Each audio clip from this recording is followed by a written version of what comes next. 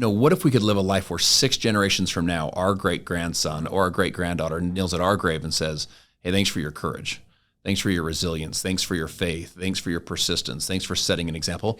The vibrational frequency of your example continues to inspire people 6 generations down the road. Real business owner. Whatever your situation is currently is not your forever situation. That's really what real business owners is, man. Like, we don't care where you come from. Where are you going? Our goal and our job is to reduce the mistakes that you have to make or the money that you have to lose. You want to be an entrepreneur, you want to be successful, don't give up. You learn, adjust, and continue to move forward. Welcome back to the Real Business Owners Podcast with myself, Trevor Cowley, special guest for the one and only guest that we've ever had for a third time. And if anybody's going to be crowned the third attendee of a Real Business Owners Podcast, it's this man. And I wouldn't be surprised if there's going to be a 4th or a 5th, a 10th, Justin Prince is on the show with us today. You're always a treat to be around. You're always smiling. You always look good. You always have massive biceps, big bank accounts, beautiful cars, and serve people at the highest level. So it's always an honor to be in Nothing but love, brother. I'm excited for you tonight, dude. Yeah. That's a big night. Hey, at least one of us is. Happy birthday. Thank you. Fired up. Yeah. Well, you're fired up, and I have butterflies in my stomach. So yeah, you're going to crush it, dude. So, but I was telling... some of the other guys are like, dude, I'm getting nerves. I'm getting nervous. Like it's almost like a bad thing. And I'm like, no, it's not a bad thing. I'm like, that's your body like preparing itself for what's about to happen. It's almost like I told him Braxton Hicks or whatever, like how women like start contracting before they actually give birth, like their body's preparing it for what it's about to go through. Yeah. And I don't know if that's true. It just sounds really cool. And I like to sound smarter than I probably am. So check this out. Have you heard, I don't know if you've heard this. They do this like for Olympic athletes. So much of life is what you focus on. Yes. Right? So the focus creates the meaning creates the emotion creates the action after that. So the same visceral response that your body has on nerves, like I feel nervous. Yes. The same like the sweaty palms, like all the nerves, is the same exact visceral response, a physiological response your body has when you're excited. So it's just the focus, right? So like Olympic athletes before they're in there, like, dude, I'm super nervous. They're like, no, you're super excited. They like switch it to like, this is excitement. This is preparation. I'm excited to go perform. So they're labeling it maybe as the wrong thing it's because the emotions. Same response. Oh, gotcha. Same physical response, but your focus is different. So the focus is create the new meaning. And so maybe you're just fired up. You're excited. You're excited to go do it. And your guys over there, they're excited to go run and like put their body through that. Which, by the way, Trev, it's so funny with you.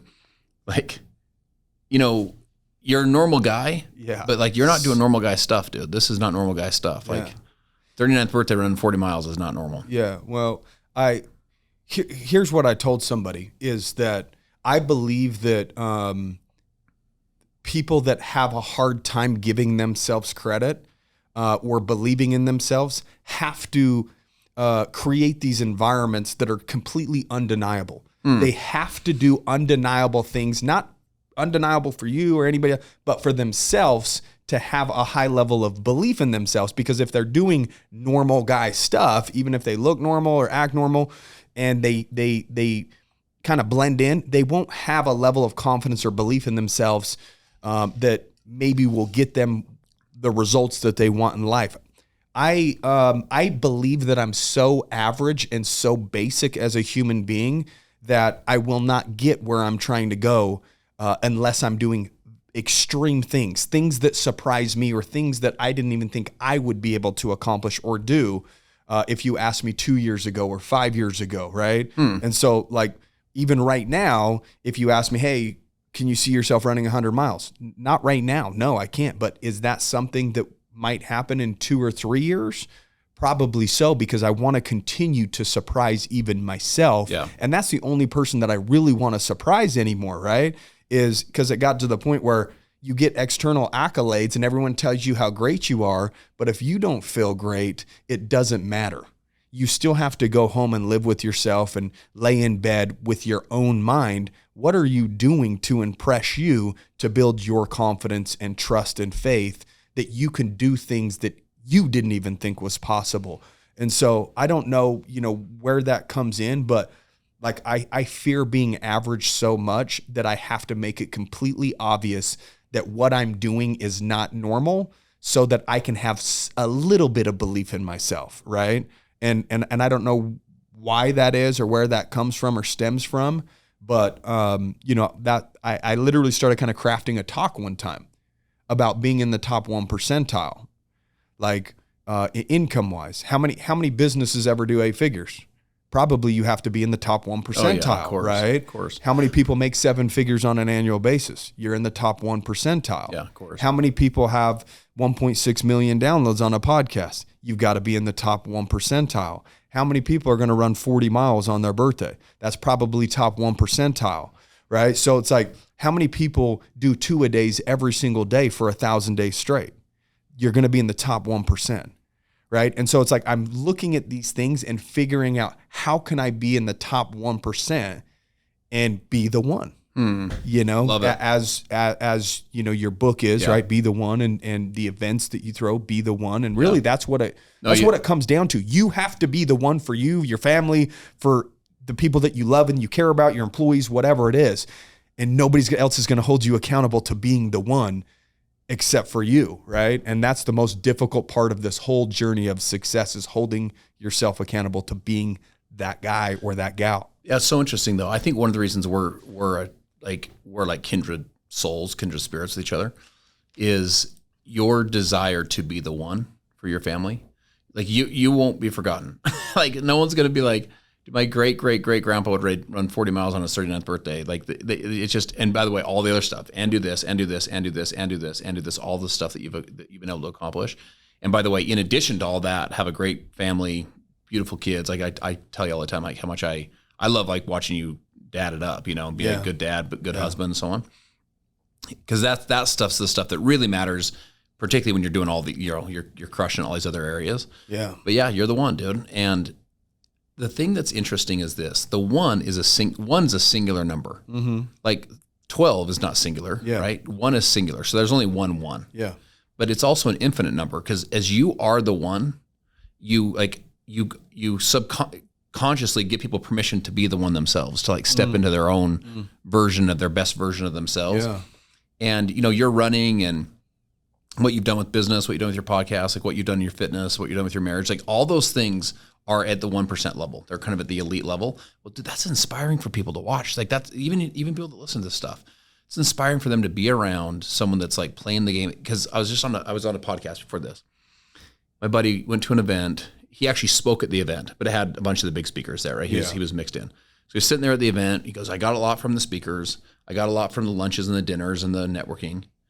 He goes, but I'm just sitting there and he's like, I had like these downloads. I'm like, God, that's a good idea. That's a good idea. That's a good idea. That were just stuff that just hit you because you're like in the environment. Yes. That's what those types of things happen when you're around high vibe. Like when you're around the one, someone that's really striving to be the one in their own life. Yeah. You just start having these like I'm going to do this, or epiphanies or downloads or whatever it is, like hits you of like, I'm going to step it up in my life. I'm going to do this in my life. And so that's something I'm really passionate about is helping people to step into that. By the way, let me say this. The one, I tell people, you already are the one. I've shared. I believe that wholeheartedly too. I share in my book a story of a guy named George Prince. George Prince was my 5th generation grandpa. Yeah. He ultimately ended up settling down here in Southern Utah. Okay. It's one of the kind of interesting like pulls for me down here. So my home in Southern Utah. Right. Thank you. He built it. Thank you, George. That's right. Yeah. So he came from England, went to South Africa, went from South Africa to Massachusetts, ultimately to Nebraska, and then was on the wagon train. Yeah. Last wagon train west in 1855. So his wife, Sarah, was pregnant with twins. They had 5 kids. She was pregnant with twins. They delivered the 2 twins on the wagon train. They ended up both dying. They buried them in shallow graves, knowing they'd never see these graves again. Yeah. Got to Salt Lake City. Sarah never emotionally or physically recovered. She dies. George's brother died in what's called the Social Wars. It was with the African tribes back in the Southern Cape of South Africa. So his brother's now dead. His wife's dead. His 2 babies are dead. And here's this guy like trying to be the one. And so his grave is out in Escalante, Utah. And I took my son out there, my son Isaac. When he was like 16, we went there on a Memorial Day and decorated his grave with flowers and so on. Yeah. And my son like kneels down next to this guy's grave. And this is his 6th generation grandpa. Yeah. Never met this guy in his whole life, right? Kneels down at this tombstone, takes his hat off, like it was just like the honor of a 16-year-old kid, takes his hat off, kneels down, and kind of says like basically a prayer. It's like he's like having a, like a moment. Like almost a conversation For with sure, him, or for sure. Like I said to him after we're driving, I go, so what happened there? And he goes, I was thanking George for his resilience and his toughness and his strength. And he goes, I was thanking George for being the one. And I just thought to myself, what if we could live a life where 6 generations from now, our great grandson or our great granddaughter kneels at our grave and says, hey, thanks for your courage. Thanks for your resilience. Thanks for your faith. Thanks for your persistence. Thanks for setting an example. The vibrational frequency of your example continues to inspire people 6 generations down the road. Well, it all happens so quickly, and everything is so temporary. Life itself, or the situations that you're in, and we were talking about, prior to hopping on the podcast is, hey, when do you hit the wall and you get a second wind, on these 30 or 40 mile runs, right? And it's like, well, you just never know.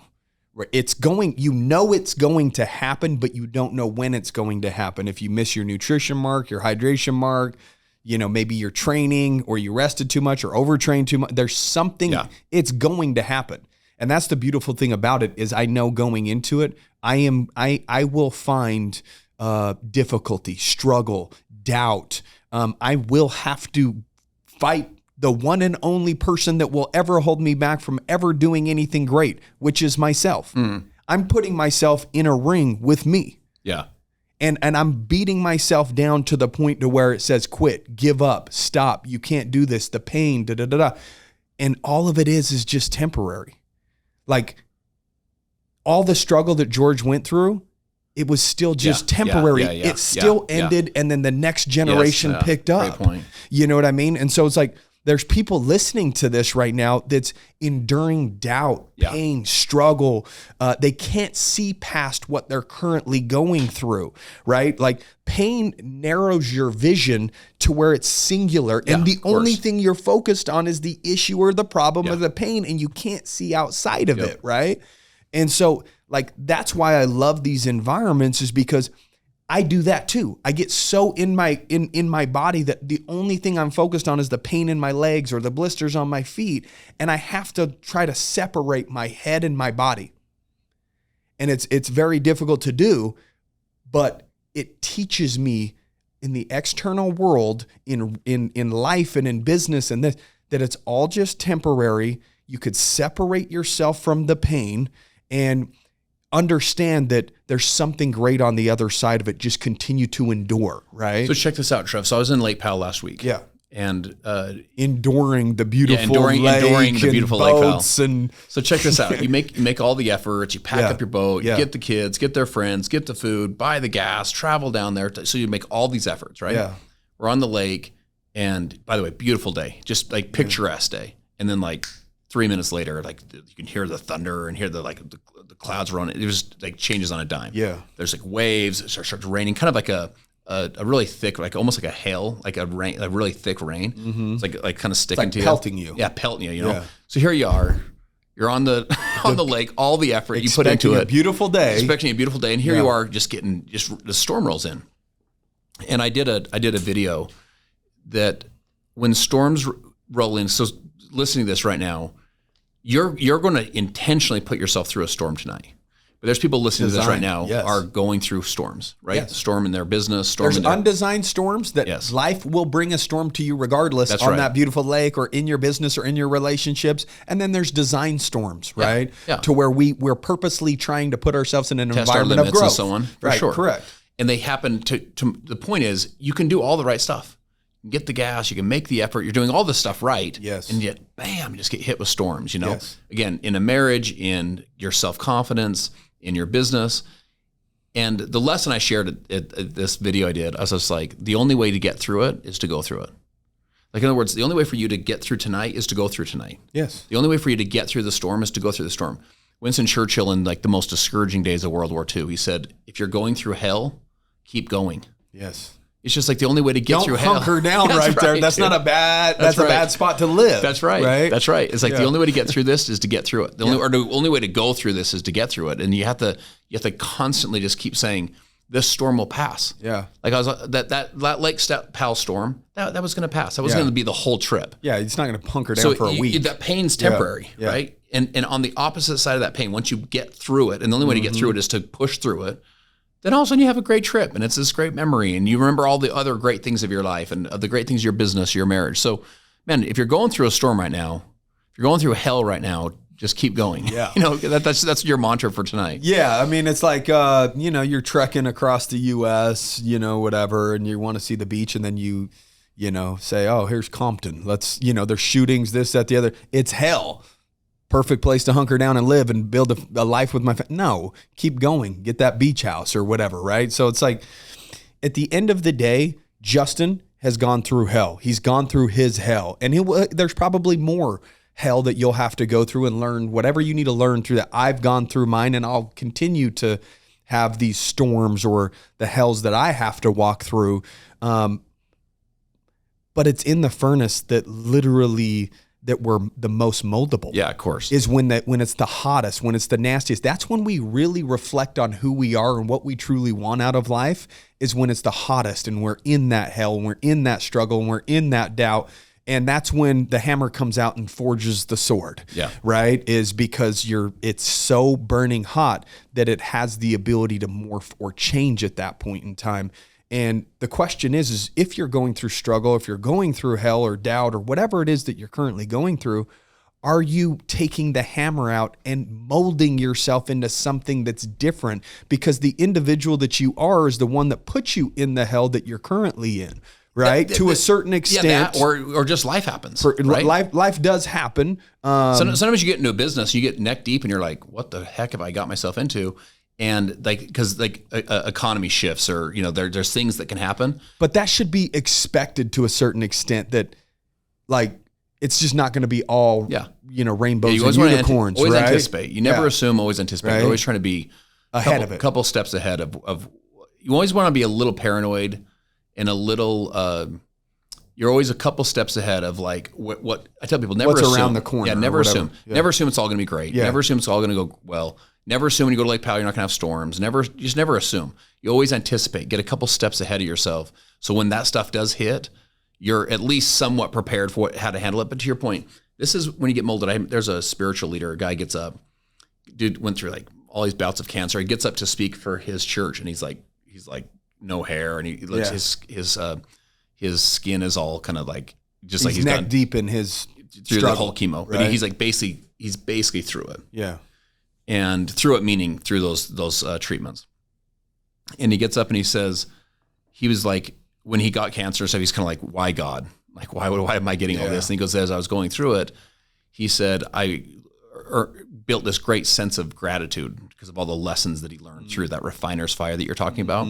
But then he said this, he goes, but now that I'm through it, I don't want to sign up to go through it again. But I'm super grateful I went through it. That's how it is, dude. It's like we don't always want to sign back up for the struggle, but we're always happy. We're grateful once we get through it. Endure, right? Exactly right. We were talking about this morning, right? You met my buddy Ammons that's running the Andrew Ammons came up from Texas. He's running with me. A couple other buddies, right? Danny Blue's coming up from Vegas. I got AK coming up from California. Luke, another guy from Vegas, Travis, is coming up. It's going to be a good time. But this morning I take him to, I live up in Virgin, right? I take him to River Rock Roasters there with the view or whatever in Laverican. And we're sitting there and we're talking just about business or whatever, just in general, and some of the pains and struggles that, we all have to endure in order to, get to the point of being successful or financially free. And I said, if somebody pulled a curtain back or had you look into a crystal ball and said, just so that I know you're at the beginning of your journey, but look in here. This is everything that you're going to have to go through and every struggle, everything that you'll have to endure and to pop out the other side. Are you sure you want this? And I said, if somebody was able to do that, people wouldn't sign up for this stuff. And that's why it's just important to deal with whatever it is that you're dealing with when you're dealing with it. Because if you knew everything that it took to really actually become successful in life and business, the work that it takes in your relationships or whatever, if they peeled back a curtain and said, hey, the honeymoon pictures, yeah, that looks pretty. That's people imagine that for marriage. Pull back the curtain. When you're first putting two humans together that's never lived with another human, learning how to live with each other, there's going to be trials and tribulations, and you've got to figure that out on the fly as you go. There's really no manual for it, right? And it's the same with business. Like you're figuring it out on the fly, but it's almost a blessing that we don't know some of the things that we're going to have to endure in order to be successful. Because if we did, we wouldn't take the journey. Yeah, so the University of Pennsylvania did a study. It was 350,000 people, 22-year study, so over an extended period of time. And they found a thinking pattern that began to emerge that they said was predictive of success. So if there was a thinking pattern that could predict your success, wouldn't you want to know what that is, right? What the thinking pattern was optimism. They almost had like probably a naive optimism that they could figure it out. So there was two things that they super interesting. The researchers discovered. First one is that the people had what they called unrealistic expectations that they were going to be successful. And I'm like, delusion almost right? Delusion. It's basically just call it delusion. But let me say this. I thought that was so interesting. Unrealistic expectations. I thought to myself, here's these academics, these researchers. Yeah. They're like, here are your dreams and here are your goals. And here the person listening to this, here are your dreams and here are your goals. And they say to themselves, with all due respect, that's pretty unrealistic. Yeah. That you're going to hit that. So the second characteristic that they had was that they tried new things until they succeeded. They just kept trying new things and trying new things. I tell people the word "until" can guarantee your success. Og Mandino in the Greatest Salesman in the World, one of the great scrolls, he says, "I will persist until I succeed." Most people persist until it's hard. Most people persist until the storm hits. Most people persist until they're knots, caught up in their leg. In pain or struggling. Like you go through. They persist until that happens. Yeah. Until there's a valid enough excuse to say, I'm done. Reasons. So that when you tell other people, I was doing this, reasons. And then this happened. Yes. And then somebody says, oh yeah, totally get it, justifying it, right? Check this out. So I'm doing a live event. I'm doing my book launch and my live event on August 19th in Provo, right? Let's be the one event. Yes. James Lawrence is going to come speak. Oh, cool. Are you familiar with James Iron Cowley? That is unrealistic. No, it's not unrealistic. It's impossible. It's impossible, right? What he did multiple times He went from impossible. He took from impossible to inevitable. Yes. He had unrealistic expectations. So if those of you who don't know the story, James was just a normal guy like us, right? In 08, loses everything in the mortgage crisis of 08. His wife, they run a fun run, a Thanksgiving trot, that fun run. And he didn't want to do it. His wife signed him up for it. He goes, I had women pass me with double strollers. I'm like, what is wrong with me? So he got him in, kind of kicked his butt enough to get into running. He gets into running, runs 5Ks, runs 10Ks, runs a marathon, does some sprint triathlons, a small triathlons, does a half triathlon. Then he does a full Ironman, which, by the way, most people would be like check it off the list. Dude, I did it. That's on my life's resume. Yes, I'm good. So he finally decides, I'm going to do what he called the 50-50-50, 50 consecutive Ironmans, full distance triathlons in 50 consecutive days in all 50 states with 5 kids in an RV. Like just the logistics is off the charts, right?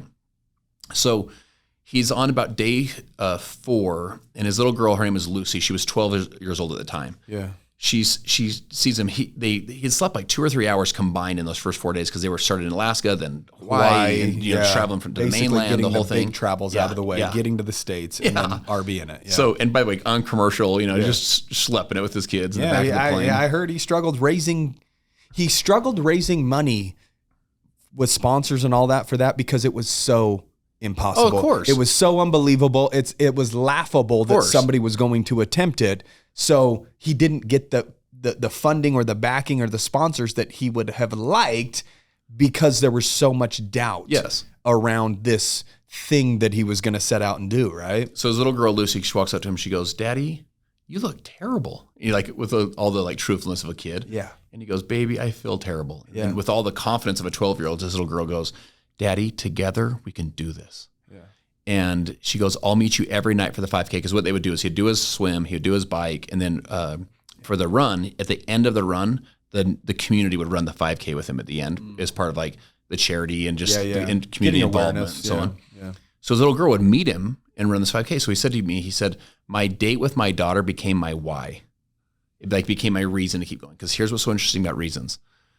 is there's always reasons to quit and there's always reasons to keep going, and the reasons you choose will define you. And so what you want to be looking for in your life right now is all the reasons to keep going.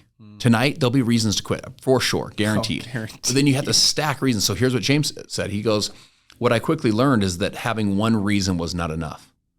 He said, I needed a bag full of whys, a bag full of reasons. He goes, I literally would reach in and grab out another reason to keep going. He goes, I think of my other daughter, think of my son, the example I'm setting for him. Think of my wife. He goes, I think of my donors, the ones that did believe me. He goes, I think of all my haters, all the ones that didn't believe me. He goes, I just kept finding more reasons to keep going. So he does the 50-50-50. Then he does what he calls the Conquer 100. Yeah. It's 100 consecutive full distance triathlons in 100 consecutive days. On day 101, wakes up. He made history. No one's ever done anything like this ever.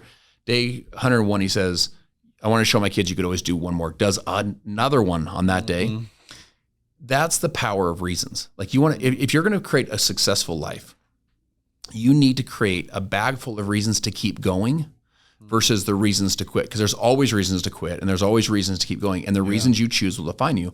So as you're going through challenges and pains right now, most people, what they do is they'll look for the reasons to quit so it justifies, like, I'm not a quitter because all this other stuff happened. That you could feel less bad about I don't the feel decision. bad. It's not even my fault. I would have kept going if this didn't happen. I have a valid excuse. That's right. Cash that in, clock out. So as you're listening to this right now, you want to ask yourself, we all do this. Yes. Like we'll like search for reasons to quit. Yes. And then we could blame that versus having to blame ourselves. You want to be searching right now, looking proactively for reasons to keep going. Yeah. Reasons to keep moving forward and make it happen. Well, I'm a big believer that we need to learn how to become our biggest cheerleader. We got to start having more conversations with ourselves, right? The world is such full of distractions, and our brain is just taking input. And that's why I create these environments where I'm out there by myself and letting my mind turn on me so that I can practice becoming my biggest cheerleader and overriding this thing that wants me to quit and wants me to give up and succumb to the pain and justifications of, hey, 10 miles is good enough, or, 15 miles. Not many people do it. Yeah. Most are asleep right now. Yeah. Why am I running for 9 hours in the middle of the night? When I don't have to do this, I have already seen some success in my life. But the more success that I've seen, the more I realize that it is putting challenges in front of you. It is personal growth. It's not the money that gives you self-worth. That gives you a net worth financially, but self-worth is earned in other ways. Yeah, of course. And if we're not continuing to make deposits in that bank account, your net worth could be high, but your self-worth could be low. And that combination could be deadly. And that's when people that are of success burn down what that they've built because they're bringing their temperature of their net worth down to their self-worth. Yeah. And it creates chaos in their life, right? And so we always have to be making deposits in our self-worth, even if our net worth isn't high, so our net worth can catch up to that. Or if our net worth is high, that it actually has the ability to stay high and we don't succumb to drugs or alcohol or pornography or anything that happens to be negative and unearned dopamine, right? Artificial dopamine versus, looking yourself in the mirror and saying, hey, I did something difficult. I feel proud and I earned these endorphins or this dopamine, right? And so for me, it's he had those conversations with himself. I need more whys. I need more reasons. But like, are you the listeners, are you doing that? Are you like looking internally and looking for reasons why, or are you just letting the doubt that's in your brain have a megaphone and just you're like giving it your ear and you have to fight the fight. And sometimes the fight is fighting yourself. Actually, that's the biggest fight I believe anybody will ever fight, is the battle that they have to fight with themselves. And there's always ongoing battles because we're ever changing and ever evolving. We have to kill the 25-year-old version of us by the time we're 30. And then when we're 35, we got to get rid of that 30-year-old version. And then that 35-year-old version has to go. And so we're always continuing to evolve. But in terms of shedding the old version of you, you have to go through some sort of pain or struggle. There's the midlife crisis, right? That men go through, or maybe women go through it too. By the time you hit my age, right? 37, 38, 40, around there, you really start asking yourself tough questions. But make sure that you back it up with some action, because regardless, we'll all go through it. Some people are going to pop out the other side, a better version of themselves, and they will become the one in their family. And then there's going to be other people that will just succumb to the doubt and the pain and the struggle and just say, I'm a loser. I haven't done anything with my life up to this point. It just is what it is. And then they accept, right, what is, and all you're going through is a point or a period of time where you're questioning yourself, and it should be a positive thing, not a negative thing, right? Because we should be questioning ourselves and asking ourselves, are we doing the right thing? Do we have character? Do we have standards? Are we the example in our families and in our ecosystem? I'm a big believer that if you are not the example in every environment that you put yourself in, who is then? Like, you should look around at your friends. You should look around at your colleagues and say, who is the one that's really setting the bar, setting the standard? And when I had that conversation with myself, I said, I want to be that guy. I want to be the guy where I say I am doing X and people are like, what? Where it's almost unbelievable. Like James was doing with his 50, I'm by no means at any level like that, but like, somebody's got to be the one that sets the example, sets the bar, sets the standard, and that is the individual that will be the one in their friend group, will be the one in the generations for their family, be the one in their business environments, all of that. But it does require optimism, staying positive, communicating with yourself, because we don't have to communicate with ourselves for the negative. That's just going to happen by default. Our brain's going to speak negative to us without even trying. So if we know that that's going to happen regardless, we better wake up ready for the fight every single day and make deposits that are positive, that are optimistic, that will, basically balance out that fight that's happening in your brain every single day that you wake up. Yeah, there's no question. I mean, the Jim Rohn was Tony Robbins' original mentor, and Jim Rohn said the weeds grow automatically. I don't know if you ever noticed, like, weeds will grow in your driveway. Yes. Like, this is cement. How is our weeds growing? The flowers you have to plant and you have to nurture and you have to grow. I like that. And so the flowers in your mind, like, proactively feeding yourself positive, feeding yourself belief. Here's what's interesting is success is an identity process. You'll never outperform the way you see yourself. If you see yourself as a loser, you're not going to show up and play like a winner would. If you see yourself as a winner, you're not going to roll over and quit like a loser would, because you'll be consistent with this identity of the way you see yourself. And one of the reasons I'm so passionate about teaching people that you are the one, you're it, like shake them a little bit, like you're the one that, if you take your parents, your grandparents, your great-grandparents, your great-great-grandparents, the last 12 generations was 4,094 people over the last about 400 years, give or take, that came together from literally all over Earth to create you. Yeah. You're the one. Like, they all lived and bled and died and had triumphs and had sacrifices, had great days, bad days, hard days, push through it so that you would have this moment. You are the one.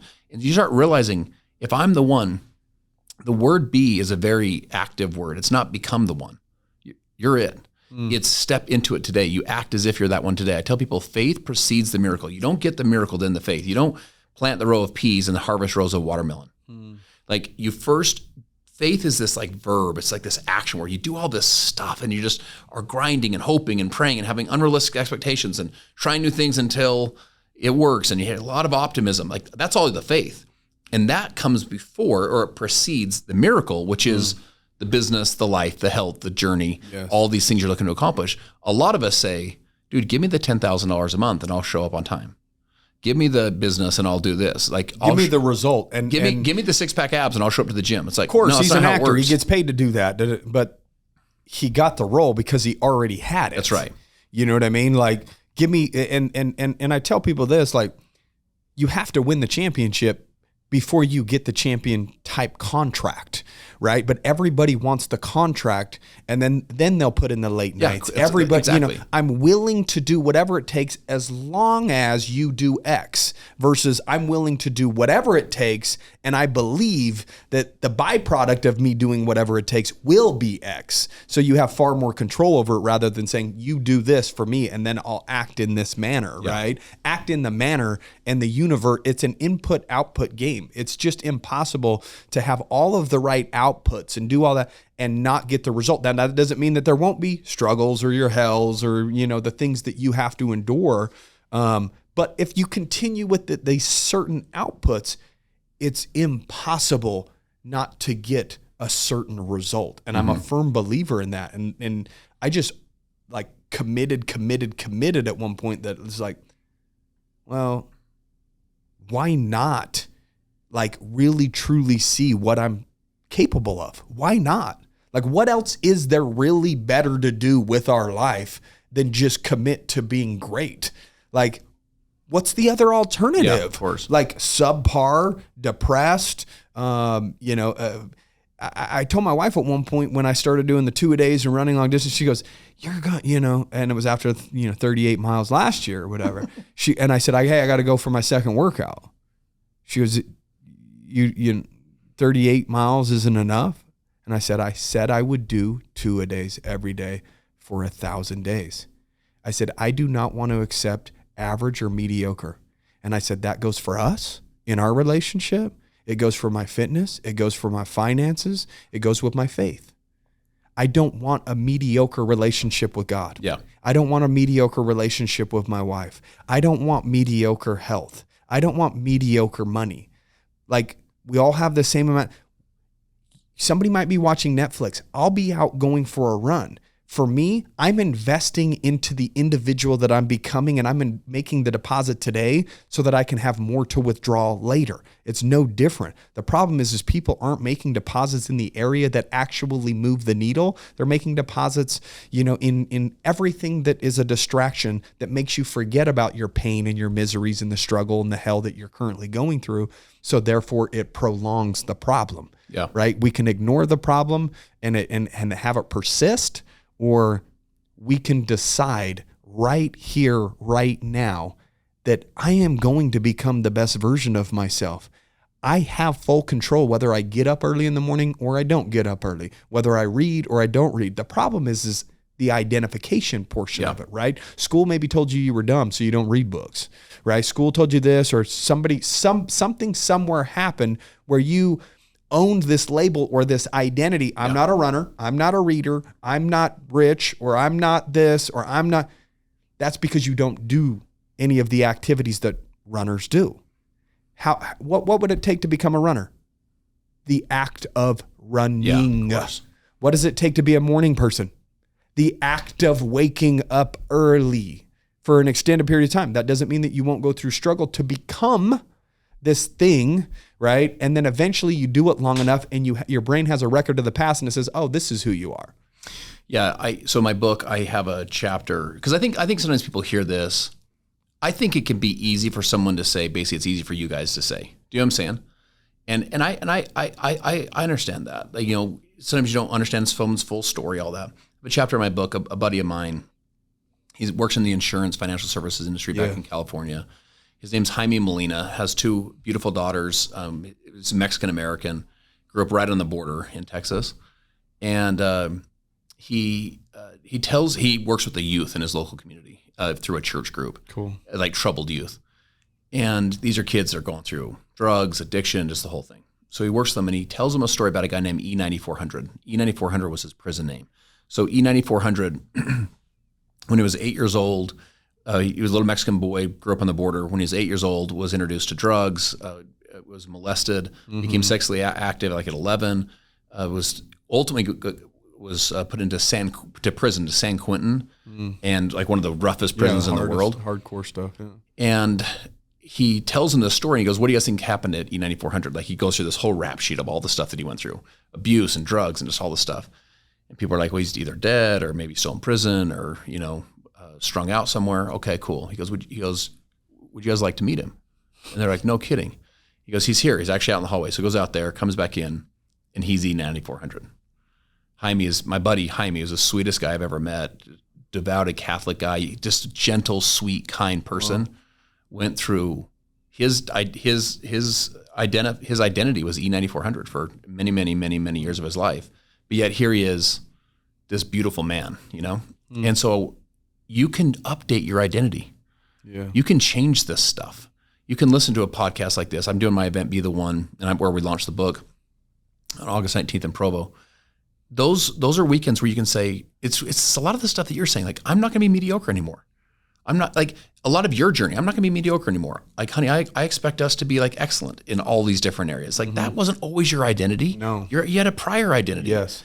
And E9400 had a prior identity before he became Jaime Molina, this really sweet, powerful man that helps his community and helps, you know, his clients and helps his wife and kids. And so that's the strength of stepping into who you really are. You're the one. Now the challenge is, the invitation is to go be that person. Be that person today. Leave this podcast and say, how would I show up if I was acting in my best self? How would I show up in my marriage? How would I show up in my fitness? Like, what would I cut out? One of the things I like to teach is so much of life isn't about doing more. It's about elimination. Oh yeah. It's like cutting a bunch of the other stuff out. Minimizing. It's like keep doing the right things.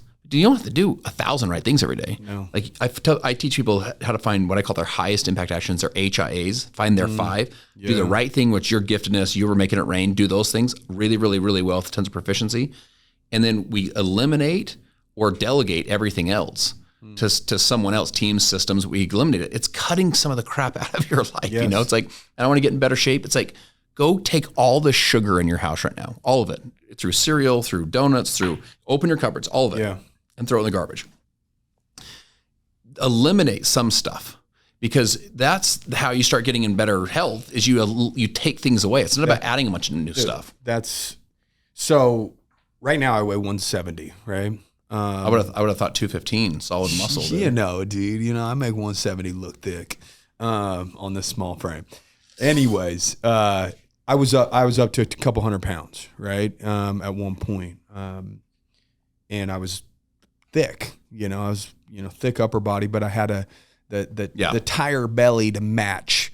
You know, big arms and big chest or whatever. Embarrassed to take off my shirt. You know, that whole thing, and just kind of covered it up with the big arms and the big chest with the shirt. Yeah, so that I look like he can move some weight, or, you know, somebody not to mess with. But, you know, the truth was, during that time, I was lifting, but I was young and I was single, living out on my own for the first time. And I was very poor. And I would scrape up change. Like, my roommate would take change out of his pocket and keys and put it on the counter.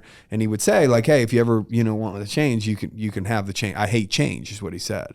And we had a Del Taco a couple blocks down the road, right? And so Taco Tuesdays would happen, and I couldn't wait for Taco Tuesday because it was 3 tacos for 99 cents. So I'd scoop up all of his change and, like, go buy 9 to 12 tacos so that I could eat that night, eat breakfast the next morning, and, like, 3 at a time, and kind of, like, eat cold tacos for a couple days straight just to survive. So I was living on I was a dollar menunaire, dog. I wasn't a millionaire yet, right? I would go to any dollar menu that I can. Menunaire, dude. And so I lived off of fast food, and I would work out, and I was drinking heavily, I was young and dumb, right? Trying to fit in and all that. And I ballooned up. And it got to the point where it was like, I looked at myself and I said, this is not okay. But I didn't have a coach or this or that, but I knew that changes had to start happening, right? And, I hate to bring him up, but Jared was Subway. He's in some cell, as he should be, for whatever the hell he did. But those commercials were big back in the day, right? It was $5 a foot long, Look at Jared. He lost whatever, 200 pounds or 300 pounds. And so it was just like, okay, I need to change Del Taco and some of these other places. I'm going to just start eating sandwiches. So I didn't go from the fast food and the Del Tacos to, meal prep, lean turkey and just plain rice or anything like that, and go from like this to this. It was a gradual step, right? And I said, I can control what I eat, but, like, I'm not going to go from, not giving a crap, young and dumb, to, like I'm prepping for some bodybuilding show. But what's that next step that I can take that's healthier than the current step that I'm on, right? What I'm currently doing. And so legitimately, for a period of time, I ate a 6-inch Subway sandwich for breakfast, a 6-inch Subway sandwich for lunch, and I started dropping weight. Right. And then it started to change. Instead of the 6-inch with the bread, I would get rid of the bread and I would eat the egg and the meat in it or whatever. And it's just micro changes. And I think sometimes people look at, situations of individuals that have been in the game for 10 years, 20 years like us, and they're at the beginning of their journey and they can't see them connecting from where they are to where maybe other people are that they look up to or aspire to be like. And so that it doesn't seem real. And so they don't ever give it any true effort. But what you need to understand, it was just one minor shift. Yeah. And then that one shift Great story. led to another little teeny shift. And then one more, and then one more, and then one more. And then next thing you know, 10 years later, here I am sitting in front of you. I eat clean for the most part, right? I still enjoy food. I want to enjoy food if I want a chimichanga, bro, I'm going to get a chimichanga. But I've earned it. But 80% of the time, I'm going to purposely choose to eat healthy. And here I am eating very good for the most part and doing 40-mile runs, right? When this 200-pound guy, if I went and talked to him, there's no way. Oh, yeah. That's impossible. Yep. But I didn't do it overnight. And it doesn't have to be done overnight. It's just one micro change. In order to be the one, you have to change something. Yeah. And it doesn't have to, don't try to take on the world or 5 different habits all at once. There was a guy, Bob, that I was training with. You remember Bob? Big Bob? I don't know if you ever met him. He was 430 pounds. We had him on the podcast a few times. He still works for us. And, he started working out with me. And we would walk around the gym track at Summit at the very top. And he couldn't even walk around once before putting his hand on the wall. 430 pounds is a lot. And he would be breathing and have to, whatever. And after a month or two, people are like, oh, yeah, he's losing weight. Like, what type of diet do you have him on? Is he this? Is that? And I said, no. I'm just trying to get him in the habit of waking up early and being here. Then when that is his new normal and his brain identifies that that's just what I do, is I wake up early and I move my body, guess what? We introduce one new thing at that time. Then it would be food. And so it's like chipping away at it. And I think too many times we overwhelm ourselves with trying to figure it all out. Like, I'm committed, my New Year's resolution. I'm going to read every day. I'm going to eat healthy. I'm going to exercise. I'm going to And then 2 weeks in, 3 weeks in, we're changing too much too quick where it becomes overwhelming. And then we quit and give up and justify that that's not for me. Justin is different than me. Trevor's different.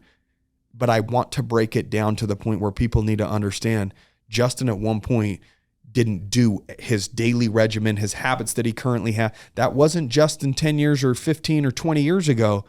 That's an evolution that takes time, right? Yeah, there's 2 questions I encourage people to ask to change, to like start to move in the right direction. Question number 1 is what attitude shift do I need to make right now to move closer to my goal? I like that. An attitude shift I can make whether I made the sell or not. An attitude shift I can make whether I lost any weight or not. An attitude shift I can make even if I'm still like stuck in my dead end job. I can just shift my attitude. That's kind of what you did. Is like your attitude shift at that point was like, I'm better than this. It's like I can do. This isn't acceptable for me. So an attitude shift is I'm going to be enthusiastic. I'm going to have passion. I'm going to have some energy. Like you can shift your attitude without external things happening. Second question you ask yourself is, what's the next physical step I can take to move closer to my goal? And the reason I like physical is it's like send the email, like set up the meeting. Don't go to Del Taco, go to Subway. That's the next physical step. And then once you do that, what's the next physical step? Next physical step. The secret to life is momentum. Starting to where you're not only going uphill, you can start going downhill. Yes. Tonight, when you run, at some point the momentum will kick in. We talked about it earlier. Like you get like a second wind, and it's almost like you're running backwards 26 miles in. That's just momentum. That's like the momentum's kicked in. The way you create momentum is the next physical step, next physical step, next physical step, next physical step. Next thing you know, you've like got some inertia moving. You got positive habits. Yes. I wake up on the right time. I go to the gym. I go for the walk. Like all those positive steps start compounding over time, and the consistency compounds over time. What were some of the initial changes that you made? Like when you went from a dreamer to a doer. Yeah. Right? Because I think everybody's a dreamer. Like we did it as kids. It still exists. Whether we distract ourselves from actually dreaming because we're taking too much in, like I said earlier, all the time with all these inputs and social media, Netflix, trying to keep up with everybody else's life more so than we keep up with our own. There is a dreamer in all of us, right? But like, how do we take this dreamer and become a doer? Because there was a moment that happened for you too, and that happened. One of them for me was waking up early. Yeah. I remember my wife and I lived in this little rental when we first got married, this little tiny rental in a place called Rose Park, Utah. Someone told me it's having a resurgence. Rose Park right back there was like the hood, you know. You don't want to live there. Yeah. And so like we had this little rental and unless you're repping Blood or Crip or something, then it's perfect. Then it's fine. That's your environment. You know, they'll do what you do there. So we were in Rose Park. I would wake up super early and I would go upstairs in this little apartment and I would read. Like those are 2 steps, right? I'd wake up and I'd pour something positive in my mind. I tell people, avoid your phone for the first hour you're awake. Proactively pour positive. Your brain works on wave cycles, and it works on about 13.2 wave cycles per second early in the morning. So in other words, your subconscious is most rested early in the morning. Yes. So we talked about earlier, like the weeds will grow automatically, pour positive. You want to like pour positive for at least 10 minutes, at least. Like pour positive things in. So a spiritual music or an audible book or positive YouTube or, you know, listen to, like, seriously, bro, you could mentor someone through your podcast. They may never meet you in their whole life, but they just listen to your podcast, listen to you, like put some stuff in their brain for 10 minutes a day, 10 minutes a day, 10 minutes a day, 10 minutes a day. Cool. And by the way, if you can do more than 10, I'd encourage you to give yourself some time, but wake up early, avoid your phone, pour positive. And then the other one for me that's been a consistent thing over time is just exercise. And I don't lift weights as much for my biceps as I do for my brain. So in other words, it's a good emotional release. It's a mental release. It's a good habit release. Like to me, it's just part of what you do. It's just part of the habit that you built. Yeah, I've probably lifted weights 4 to 5 days a week, every single week with, I can't really think of any exceptions. Maybe if I was injured, maybe, but you know, something happened or something like that. But 4 to 5 days a week, every single week for the last 22 years, every single day, you know, or actually, I'm so sorry, for last 20, what would that be, 25 years. It shows with your 25-inch arms. What would you gain an inch a year? An inch a year. You know, maybe I need to, be more consistent. That habit. So your habits over time will create your whole life, your routines. You know, Aristotle says excellence is not an act, it's a habit. Yes. He says, therefore we are what we repeatedly do. The opposite's true. So if excellence is not an act, it's a habit. We are what we repeatedly do. A terrible life is not an act, it's a habit. You are what you repeatedly do. I tell people, you're not what you did, you are what you repeatedly do. We all make mistakes, we all have off days, we're all not our best self all the time. But over time, what you repeatedly do, that is you. Those routines and habits, that is you. Now you can change those, but the positive ones over time will create who you are. Well, you talked about optimism a little bit, being positive, this, that, the other, and that's spot on because you have to figure out how whatever's going wrong in your life right now, how it's a positive, and you adjust your mind. Like, for instance, our Instagram Easier Accounting got shut down, right? And I watched this video of The Rock. He's on a balcony in Canada somewhere, and he goes, "This is the city I was in when I got cut." Yeah, I've seen that video. And he talks about it was the worst day ever, but in reality, it was the best day ever because it redirected him to, wrestling and then the movies and this. But his dream was, to be a football player. And that's where that dream died. And depending on how he reacted in that situation would determine whether he becomes the guy that we all know him or him accepting his fate and he's a loser. His dream of that didn't come true, right? And so it's like every time something that appears to be bad in our business or this, I always say, I keep an open mind and don't stay in a state of frustration because you can't see opportunities if you're in that state. What is this trying to teach me? What is it trying to tell me? Where's it trying to redirect me? Because I know that on the other side of this issue or this problem and this struggle, there's something better. There's something more beautiful. I haven't seen it yet. I don't fully understand it, but it's there.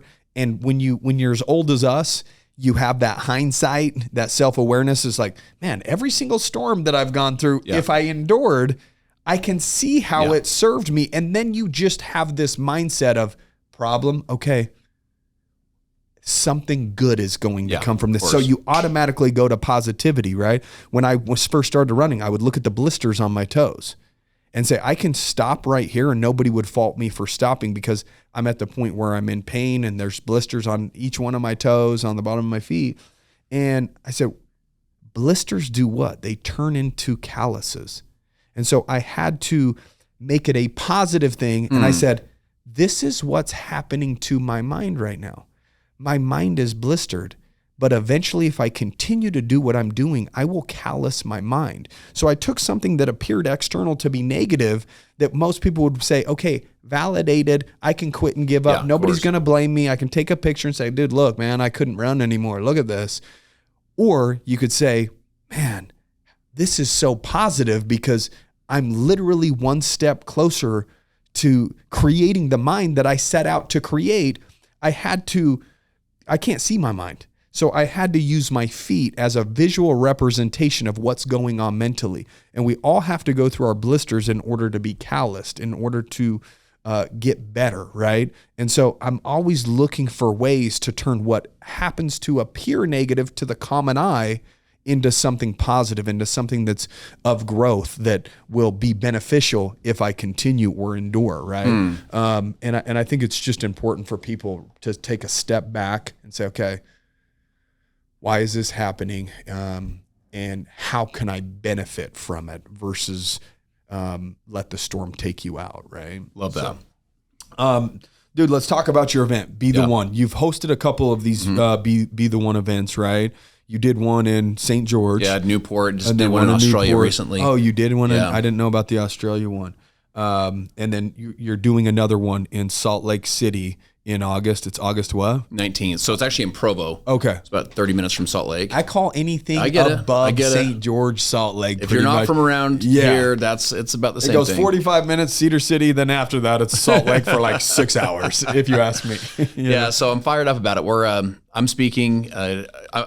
We'll go through a goal setting workshop, like a dream building workshop, which we'll spend more time on your goals and dreams, I'll bet you, than you have in the last 15, 20 years, helping you to gain a lot of clarity. What most of us lack is not the will, not the drive, whatever. We just lack a lot of clarity. We're not sure what exactly we're trying to do. We'll go through a bunch of productivity stuff, how you build teams and systems, how you actually maximize your income earning potential, go through a whole wealth building segment, a marketing segment. James Lawrence, the Iron Cowboys, come to speak. I have a couple that I've worked with for the last 10 years that they've done hundreds of millions of dollars in business in their careers. Oh, cool. They're going to come speak. They're absolutely off the charts. Tony and Sarah Zalecki. My buddy Rob Sperry is one of the top coaches in his profession, built a huge social media following. Rob will come speak. So it's going to be an absolutely epic one-day event. And it'll be one of those ones where I remember where I was when, because we're going to launch the book as well. Yeah. And so it won't just be like I hope you're motivated, I hope you're inspired, but you'll leave like with tactical strategies of exactly what to go do. I have an entire workbook. So when you leave, you'll have all of the information you need to go implement it into your life, implement it in your business. So from a personal and professional development, it'll be one of the most impactful days you do all year. I will say this. I am who I am today based upon us starting to invest in putting ourselves in some of these rooms. Yeah. It without a doubt, that changed our lives, the trajectory of our lives. It changed everything for us, right? Like, you have an identity that you have because you've hung around average and mediocre people. And so you've just absorbed what is the norm in the environments that you put yourself in. What environments could you put yourself in that are of growth, like running 40 miles, right? Like, I already know that that's going to be tough. Like, financially, it might be tough to be able to spend money on a ticket or, what is it, 400, 500? Yeah, 397. 397. That might be a stretch, but at the end of the day, like, that's the idea, is stretch yourself and put yourself in new and different environments that are of growth, so that you have an opportunity to become somebody other than the individual that you are. And my guess is, if you're listening to this, like, it's a van, I don't do that, rah, rah, da, da. he talked about tactical stuff, all the stuff that we've just barely talked about, being positive and overcoming yourself and this, that, the other. You're going to have to get clear on how to do that. Yeah. You're going to have to get clear on why it's important for you to do that. And like, we went to the one that was here in St. George, and there were people that listened to the podcast that came out and they absolutely loved it. We had mastermind members that came and because you've came and spoke at some of our mastermind stuff. And so they absolutely loved you. And we're like, dude, we need to get in that environment more and more and more. And like, if there's anybody that is a belief in environments, it's me. Because I try to curate and create environment. That's why I don't kick it. I don't hang out. I don't this, because there's uncontrollable things that happen in those environments. There's already going to be uncontrollable things, but I am going to try to control where I put my mind, where I put my body, the people that I surround myself with, all of those things, because I believe those things have the biggest indicator or are the biggest indicator of where you're going, right? Like, because you're in that environment, you might not be where you want to be, but because you're in that environment, you're now going to start going down a different path. Yeah. And it 5 years ago, like, I wouldn't be running. I wouldn't be doing cold plunge. I wouldn't be reading. I wouldn't be doing that unless I was in rooms around other people that were inspiring and that made me want to be better. I'm the exact same. Dude. Like I was born at these events, like for reals. And it sounds cliche, though. It totally does. Like, it totally does. It's true. It's so true. And here's the thing. This is a philosophy that I've lived by, that, if someone were to sit down with you and say, "Okay, Trev, I want to invest money. Like I want to build net worth. What do I do? Do I invest in real estate? Do I invest in cryptocurrency? Do I invest in the stock market? Like, what do I do?" The best investment you'll ever make, this is the philosophy, the best investment you'll ever make is an investment in yourself. Mm-hmm. Like every dime that I've spent on myself, every dollar I've invested into me, an event, a plane ticket, going, like hotel, like being there. I mean, Trev, the return is literally exponential. You can't calculate it. You can't calculate it. You can't, because there's a forever Yes. ROI on that investment, because you're a new individual, and this new individual now gets put in all these different situations for the rest of your life. That's exactly right. Right? When you're 65, something that changed your life when you were 35 at an event, you're still leveraging that. Yes. There's a relationship that happened at 35 at that event, and you're still friends with them. You did business with them 5 years later, maybe not the next week, but we still do business with people that we met at events when we started investing into ourselves, putting ourselves around. Like, these environments just don't exist. You're not going to just walk into, like, you have to invest in areas that you want to grow, right? And if you want to grow yourself and you want to grow your business, you need to be around those environments that are fertile. And it's literally events like this that create fertile ground for change. Yes. And like, I know I'm going off on it a little bit, but like, I was not average. I was below average. I was a loser. I was a drug addict. I grew up poor, like bad in school, didn't even graduate high school on time. Like, I shouldn't be where I am if you peel back the curtain and look at my history and my past from the age 0 to 25. It's like that. It doesn't match where I went from 25 to now 39. Yeah. It doesn't. And there's a key point, a key indicator, right? What's your KPI in your business? Your key point indicator that's going to move the needle. The KPI for me was high power people, events, information, and making sure that I was putting myself in these fertile environments. And from there, I did the rest, right? That's right. Like, because there is that in you. Justin said, you are the one.